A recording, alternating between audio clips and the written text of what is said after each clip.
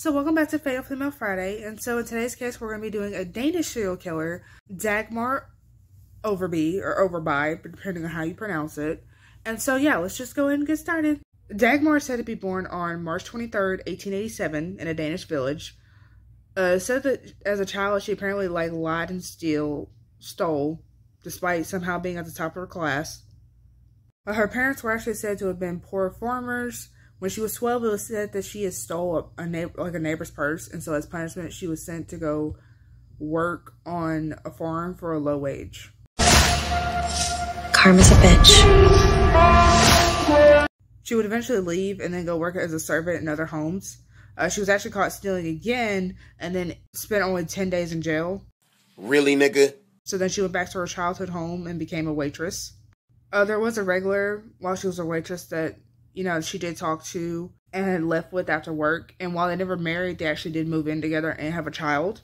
Unfortunately, the child did pass away and it was discovered to have blue lips, but the final cause of death was ruled to be pneumonia. And so, of course, apparently the townspeople started getting suspicious.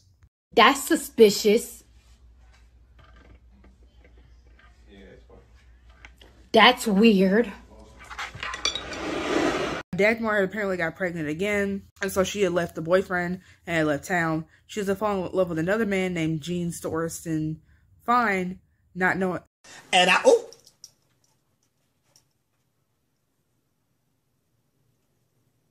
She ended up giving birth to a girl named Rena Marie, who apparently immediately went to adoption as to not to embarrass her new boyfriend. Less than a year later, she was somehow pregnant again. Damn! The boyfriend, of course, demanded that she get an abortion. She refused to get the abortion, but when she did give birth to the boy, she actually left him on a haystack in hopes of marrying her boyfriend. I am disgusted. He told her that he wouldn't marry her, and she had actually attempted suicide. It's not personal. I'm gonna kill myself! Wow. I'm going to kill myself, and it's your fault! She apparently went and got back her daughter, and they went and opened a candy shop together in Copenhagen. Because Denmark was actually next to Germany, despite being neutral in the war, they apparently were affected. She would eventually meet a man that she and her daughter would move in with, and unfortunately the candy shop had actually went out of business. One day, apparently she had read an article, about women getting like 500 krone to adopt, and apparently back then that was like $70 US currency. She was looking in the newspapers for mothers giving their child away for adoption. On April 15, 1916, she had a 3-year-old named Harry, who his mother was supposed to give Dagmar 10 krone every month until Harry was eventually adopted. Dagmar actually took him out for a walk where she apparently strangled him and then left his body in a public toilet at a cemetery for like 3 days, and the body was not found until the cleaners found it. I am disgusted. So I guess she apparently had told the mom that the baby wasn't even crying, but of course the mom didn't know because her child was dead. 2 weeks later. Apparently she actually took another child, killed it, and then threw him on the river. Dagmar apparently had tried to justify having the whole abortion clinic. Whatever child she killed after the first 2, she is said to have burned them.